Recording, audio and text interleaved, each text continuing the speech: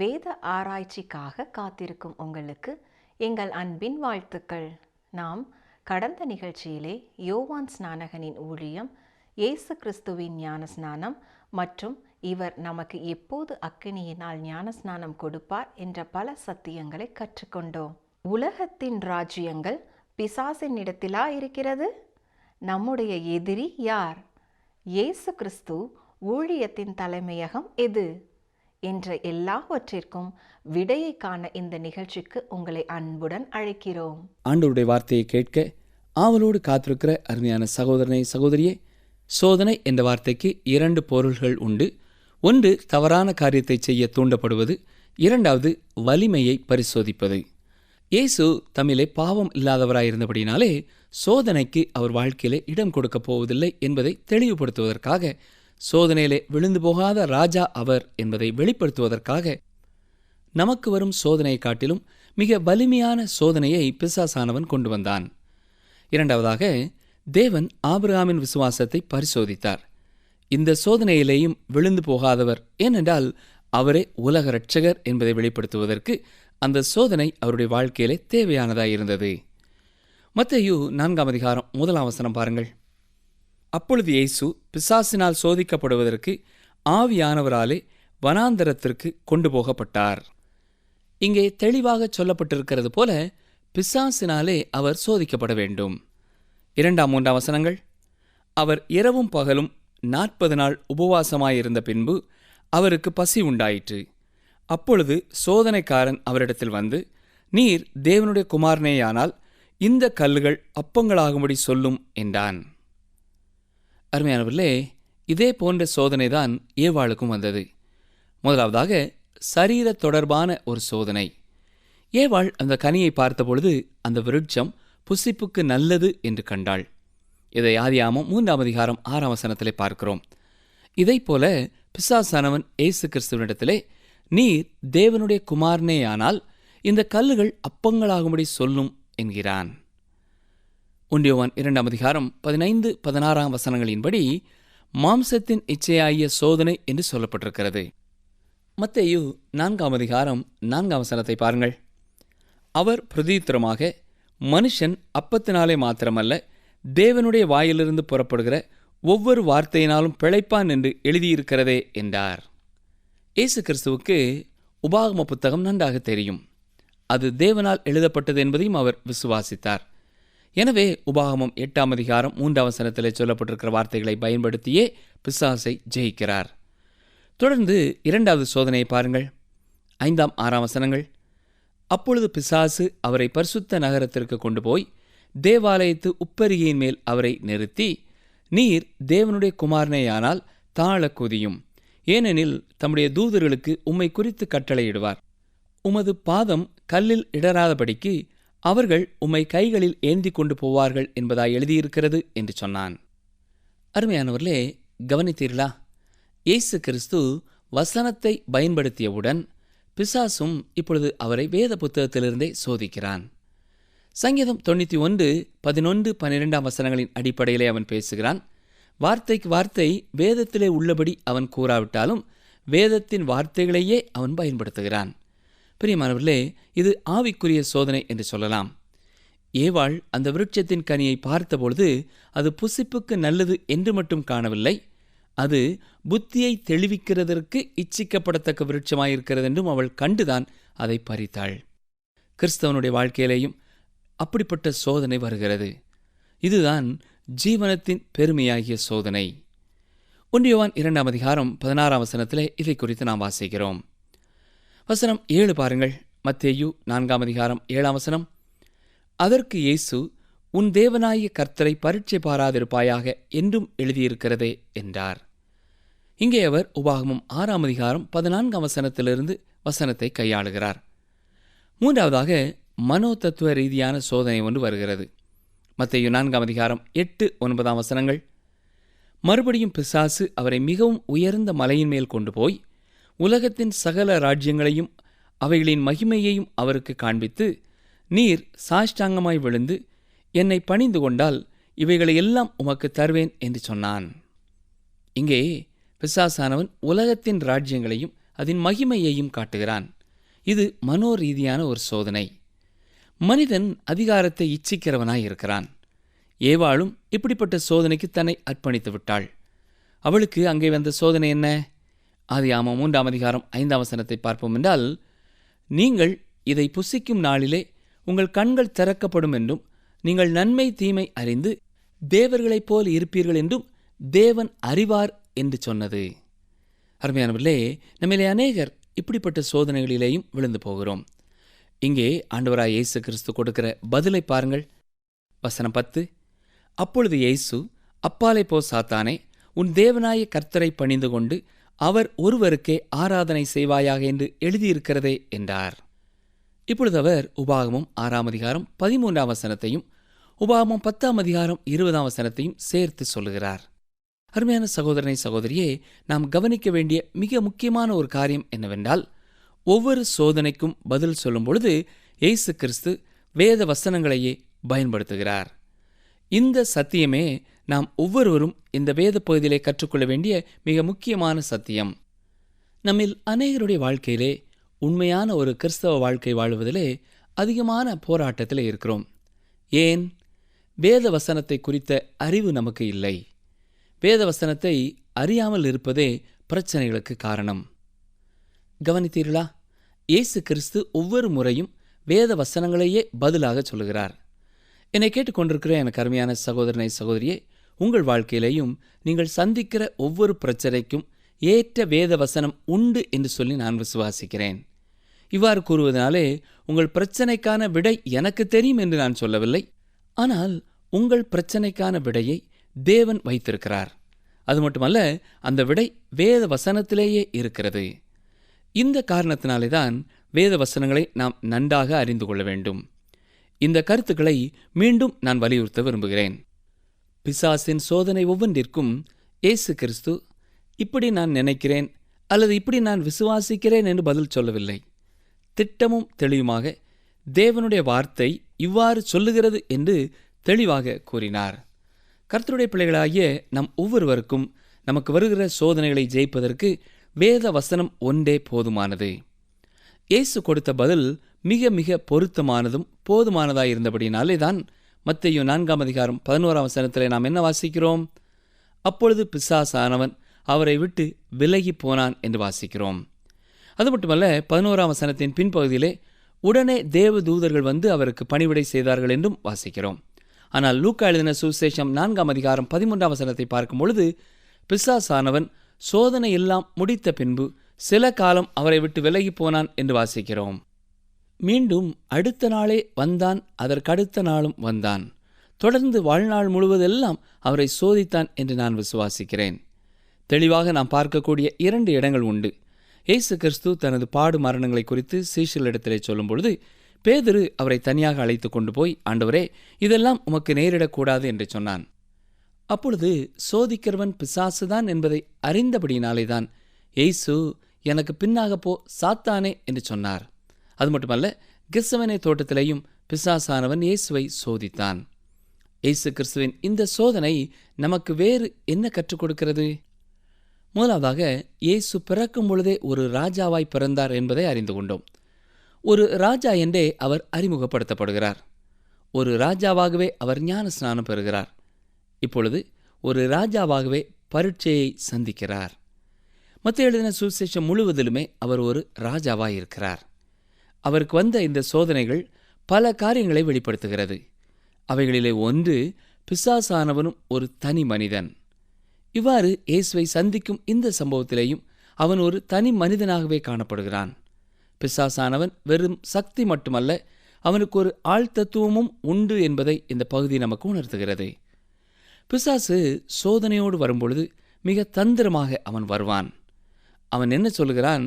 நீர் தேவனுடைய குமாரனே ஆனால் இந்த கல்லுகள் அப்பங்களாகும்படி சொல்லும் என்கிறான். வேறு வார்த்தைகளிலே சொல்ல வேண்டுமென்றால், நீர் தேவனுடைய குமாரன் என்பதை நிரூபியும் என்று சொல்லுகிறான். ஆனால் பிரியமானவர்களே, அது தேவனுடைய வழி அல்ல. இயேசு கிறிஸ்துவுக்கு பாவம் செய்யும்படியான எந்த சோதனையும் வரவில்லை. இயேசு கிறிஸ்துவுக்கு நன்மை செய்வது சிறந்தது என்று தெரியும்.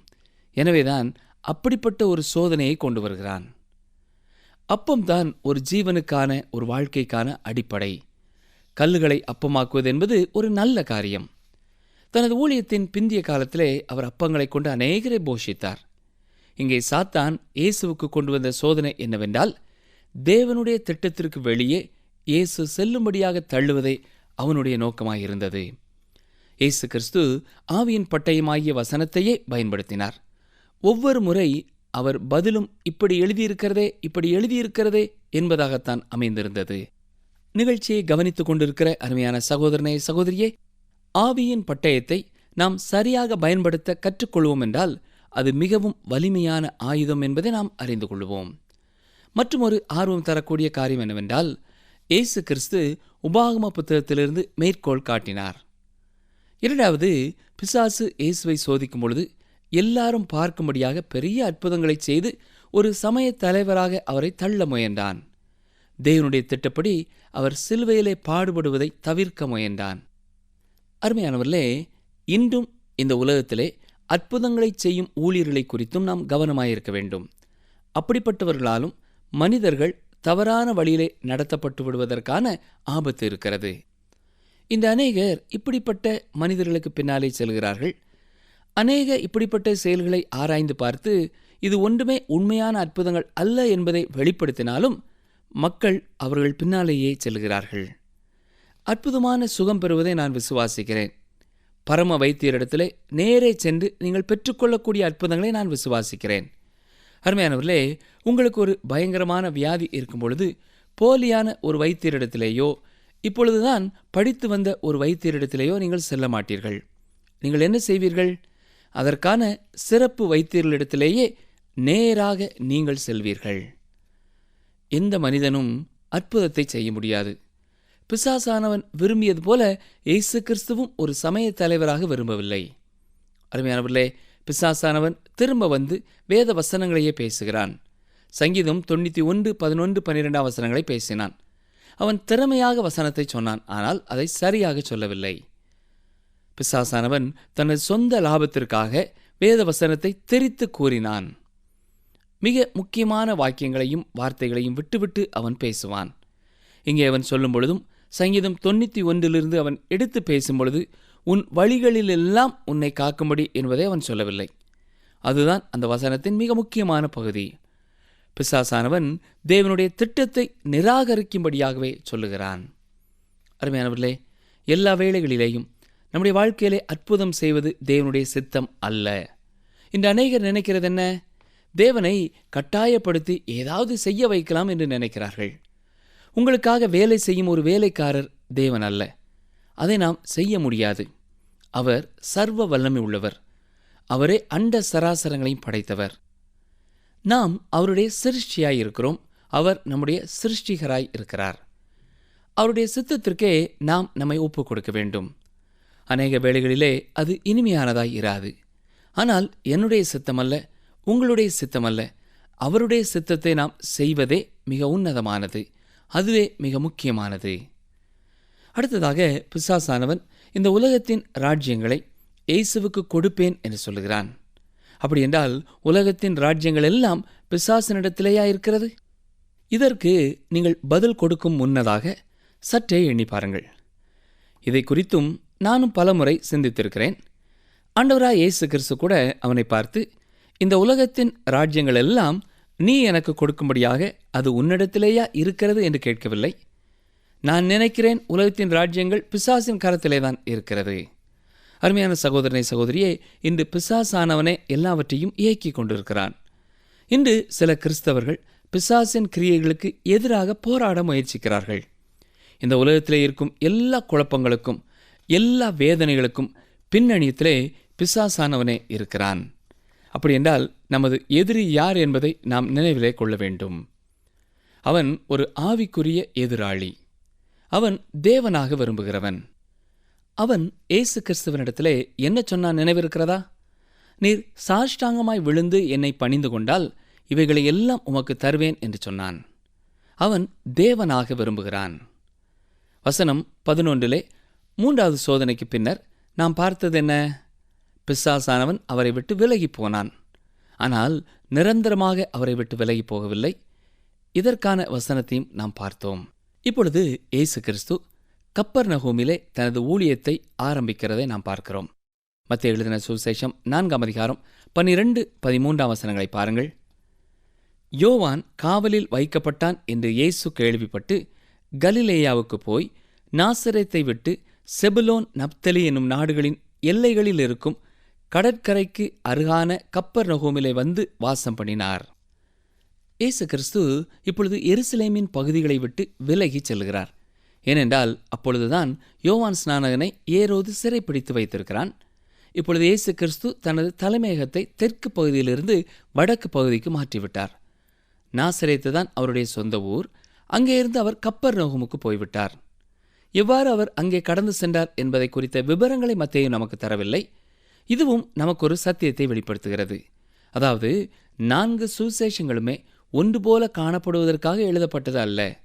சுவிசேஷங்களை ஒன்றோடு ஒன்று ஒப்பிட்டு அதுபோலவே இது இல்லையே என்று சிந்திப்பது சரியானதல்ல. ஏனென்றால் ஒவ்வொரு நற்செய்தி நூலும் ஒவ்வொரு குறிப்பிட்ட நோக்கத்தோடு எழுதப்பட்டது. ஒரு குறிப்பிட்ட கூட்ட மக்களுக்காக அது எழுதப்பட்டது. இயேசு கிறிஸ்துவின் வாழ்க்கை வரலாற்றை எழுத யாரும் முயற்சிக்கவில்லை. இயேசு கிறிஸ்துவின் வாழ்க்கை வரலாறை யாரும் எழுத முடியாது. உலக சமுதாயத்தில் உள்ள ஒவ்வொரு வகையான குடும்பங்களை சந்திக்க இவை எழுதப்பட்டது. மத்தேயு சமயத்தில் ஆர்வம் கொண்ட இஸ்ரவேல் மக்களுக்காக எழுதினார். உண்மையாகவே அது எபிரேய மொழியிலே எழுதப்பட்டது. இயேசு கிறிஸ்து கப்பர்நகூமுக்கு கடந்து சென்றதை குறித்த விவரங்களை மத்தேயு கொடுக்கவில்லை. ஆனால் மற்ற சுவிசேஷங்களிலிருந்து நாம் அறிந்து கொள்வது என்ன? தன் சொந்த ஊரிலே இயேசு கிறிஸ்து புறக்கணிக்கப்பட்டார். எனவே கப்பர்நகூமிற்கு சென்றார்.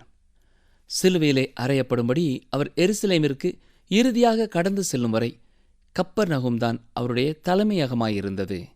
கவனியுங்கள், ஏன் நாசரேத்திலிருந்து கப்பர்நகூமுக்கு போனார் என்பதற்கான காரணத்தை மத்தேயு சொல்லுகிறார். மத்தேயு இயேசு கிறிஸ்து செய்த எல்லாமே பழைய ஏற்பாட்டு தீர்க்க தரிசனங்களின் நிறைவேறுதலாய் செயல்படுகிறார் என்பதை சொல்லிக்கொண்டே வருகிறார். மத்தேயு 4ஆம் அதிகாரம் 14 முதல் 16 வரை பாருங்கள். கடற்கரை அருகிலும் யோர்தானுக்கு அப்புறத்திலும் உள்ள செபுலோன் நாடும் நப்தலி நாடும் ஆகிய புறஜாதியாருடைய கலிலேயாவிலே இருளில் இருக்கும் ஜனங்கள் பெரிய வெளிச்சத்தை கண்டார்கள். மரண இருளின் திசையில் இருக்கிறவர்களுக்கு வெளிச்சம் உதித்தது என்று ஏசாயா தீர்க்கதரிசினால் உரைக்கப்பட்டது நிறைவேறும்படி இப்படி நடந்தது.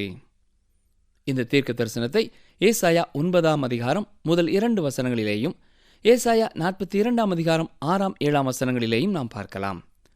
அருமையானவர்களே, இயேசு கிறிஸ்து தனது பாலிய பருவத்தையும் அங்கேதான் செலவு செய்தார். அது புறஜாதிகளின் நாடு என்று அழைக்கப்பட்டது. ஏனென்றால் ரோம சாம்ராஜ்யத்தை விட்டு அநேகர் அந்த பகுதிக்கு சென்று விட்டார்கள். கலிலேயா கடலை சுற்றி அநேக இளைப்பாறும் ஸ்தலங்கள் காணப்பட்டது. ஆனால் அவை எல்லாமே உலகத்திற்கு அடுத்ததாகவும் துன்மார்க்கம் நிறைந்ததாகவும் காணப்பட்டது. அந்த பகுதியிலே வாழ்ந்த மக்கள் தேவனை விட்டு மிக தூரமானவர்களாய் இருந்தார்கள். இயேசு கிறிஸ்து அங்கே சென்றது அவர்கள் மத்தியிலே ஒரு பிரகாசமாய் அவர் விளங்கினார். அவருடைய அநேக அற்புதங்களை அவர்கள் கண்டார்கள். ஆனால் அங்கே அதற்கான விளைவு மிக குறைவாகவே இருந்தது. பின்னர் மத்தேயு எழுதின சுவிசேஷம் 11ஆம் அதிகாரம் 20 முதல் 24 வசனங்களிலே அந்த இடங்களின் மேலே அவர் நியாய தீர்ப்பை கூறுகிறார். கோராசீனே உனக்கு ஐயோ, பெத்சாய்தாவே உனக்கு ஐயோ என்று சொல்கிறார். யோவான் ஸ்நானகன் எந்த இடத்திலே விட்டுச் சென்றானோ அந்த இடத்திலே இயேசு கிறிஸ்து பணியை துவங்கினார். மத்தேயு எழுதின சுவிசேஷம் 4ஆம் அதிகாரம் 17ஆம் வசனத்தை பாருங்கள். அது முதல் இயேசு மனம் திரும்புங்கள், பரலோக ராஜ்யம் சமீபித்திருக்கிறதென்று பிரசங்கிக்கத் தொடங்கினார். இயேசு கிறிஸ்துவின் செய்தியும் மனம் திரும்பு, என் அண்டையிலே வா, பரலோக ராஜ்யம் சமீபமாயிருக்கிறது என்பதுதான். இயேசு கிறிஸ்து அங்கே இருப்பதினாலே அவரிலே தேவனுடைய ராஜ்யம் சமீபமாயிருந்தது. அவர் இல்லாமல் அவர்கள் தேவனுடைய ராஜ்யத்தை பெற்றுக்கொள்ள முடியாது.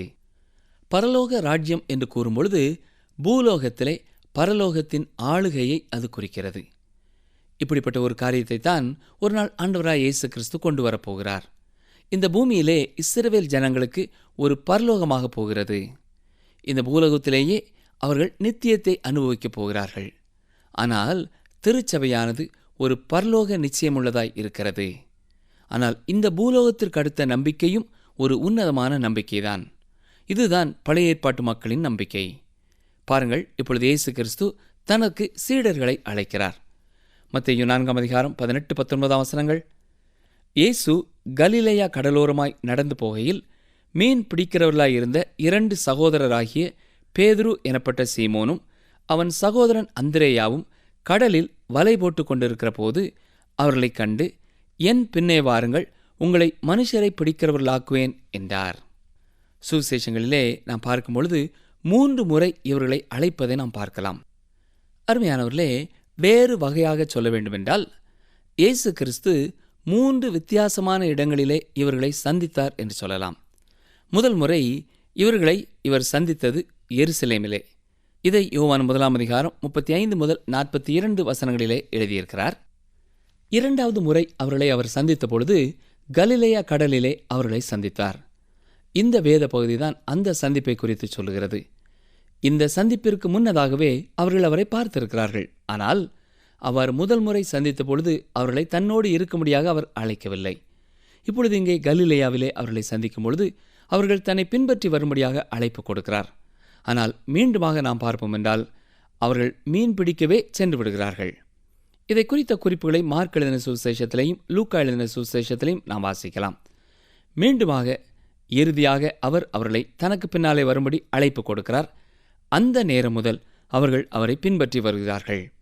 அது அப்போஸ்தலராய் இருக்கும்படியாக கொடுக்கப்பட்ட அழைப்பு.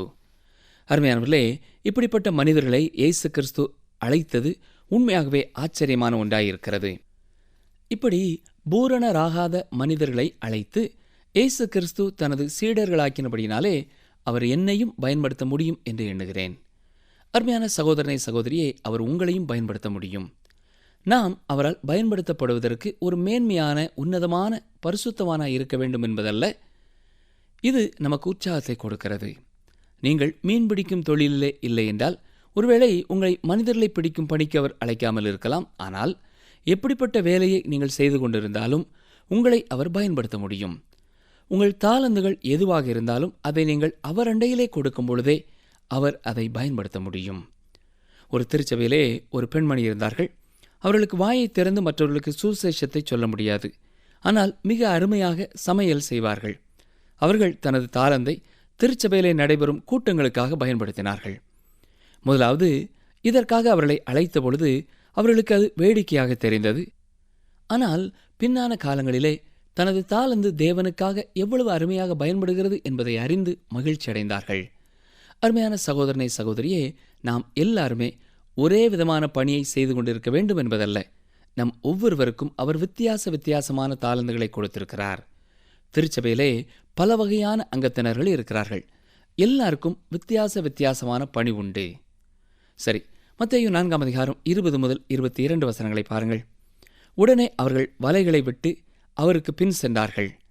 அவர் அவ்விடம் விட்டு போகையில் வேறே 2 சகோதரராகிய செபதேயுவின் மகன் யாக்கோபும் அவன் சகோதரன் யோவானும் தங்கள் தகப்பன் செபதேயுவுடனே படவிலிருந்து தங்கள் வலைகளை பழுது பார்த்து கொண்டிருக்கிற போது அவர்களை கண்டு அவர்களையும் அழைத்தார். உடனே அவர்கள் படவையும் தங்கள் தகப்பனையும் விட்டு அவருக்கு பின் சென்றார்கள். அருமையானவர்களே, இவர்களும் மிக அற்புதமான மனிதர்கள். நாம் மேலும் கற்றுக்கொள்ளும் பொழுது இவர்களை குறித்து இன்னும் சில அருமையான காரியங்களை பார்க்க போகிறோம். குறிப்பாக மற்ற சுவிசேஷங்களை நாம் கற்றுக்கொள்ளும் பொழுது. சரி, இப்பொழுது மனதிலே வைத்துக் கொள்ளுங்கள், இயேசு கிறிஸ்து இஸ்ரவேல் தேசத்தின் வடக்கு பகுதியிலே இருக்கிறார். நிகழ்ச்சியை நிறைவு செய்யும் முன் 2 காரியங்களை உங்கள் மனதிலே நினைவுபடுத்த விரும்புகிறேன். முதலாவதாக, நம்முடைய வாழ்க்கையிலே எப்படிப்பட்ட சோதனைகள் வந்தாலும் அதற்கான விடை வேத புஸ்தகத்திலே இருக்கிறது. எவ்வளவுக்கு அதிகமாக வேத வசனங்களை வாசிக்கிறோமோ, தியானிக்கிறோமோ, அந்த அளவு வேத வசனங்களை பயன்படுத்தி நாம் பிசாசை ஜெயிக்க முடியும். அது மட்டுமல்ல, ஆண்டவர் நம்முடைய வாழ்க்கையிலே கொடுத்திருக்கிற தாளந்துகளை அவருக்காக பயன்படுத்த விரும்புகிறார். வீடு வீடாய் போய் சுவிசேஷம் சொல்வதுதான் கர்த்தருடைய ஊழியம் என்பது அல்ல. உங்கள் தாளந்திற்கு ஏற்ற பணியை கர்த்தர் உங்களுக்கு தருவார். ஆனால் அவருக்காக பணி செய்ய நீங்கள் ஆயத்தமாயிருக்கிறீர்களா? இதுதான் கேள்வி. உங்களுக்கு வாஞ்சை உண்டென்றால் நிச்சயம் உங்கள் வாழ்க்கையிலேயும் அவருக்காக பணி செய்வதற்கான வாய்ப்பை அவரே உங்களுக்கு தருவார். அருமையான சகோதரனே சகோதரியே, ஒருவேளை நீங்கள் ஒரு விசுவாசி, நான் எப்படி கர்த்தருக்காக பணி செய்ய என்று தெரியவில்லை என்று சொன்னால் எங்களோடு தொடர்பு கொள்ளலாம். நீங்கள் இருக்கும் சூழ்நிலையிலே உங்களுக்கு ஆலோசனை கொடுக்க ஆயத்தமாயிருக்கிறோம். கர்த்தருடைய கிருபை உங்களோடும் உங்கள் குடும்பத்தோடும் தங்கியிருப்பதாக. ஆமேன். யோவான் ஸ்நானன் விட்டு சென்ற இடத்திலே இயேசு பணியை துவங்கினார். பூலோகத்திலே பரலோகத்தின் ஆளுகையை குறிக்கும் ராஜ்யம் பரலோக ராஜ்யம். பூலோகத்திற்கு அடுத்த நம்பிக்கையும் உன்னதமான ஒரு நம்பிக்கையாகவே இருக்கிறது என்று சிந்தித்தோம். இன்று இயேசு கிறிஸ்து நம்மையும் அழைக்கிறார். நாம் எந்த வேலையை செய்து கொண்டிருந்தாலும் நம்மையும் அவரால் பயன்படுத்த முடியும். நம்முடைய தாளந்துகளை நாம் அவர் அண்டையிலே கொடுக்கும்போது அவர் அதை பயன்படுத்த முடியும். நாம் எல்லாருக்கும் அவர் வித்தியாசமான தாளந்துகளை கொடுத்திருக்கிறார். நாம் நம்முடைய தாளந்துகளை அவருக்காக பயன்படுத்துவோமா?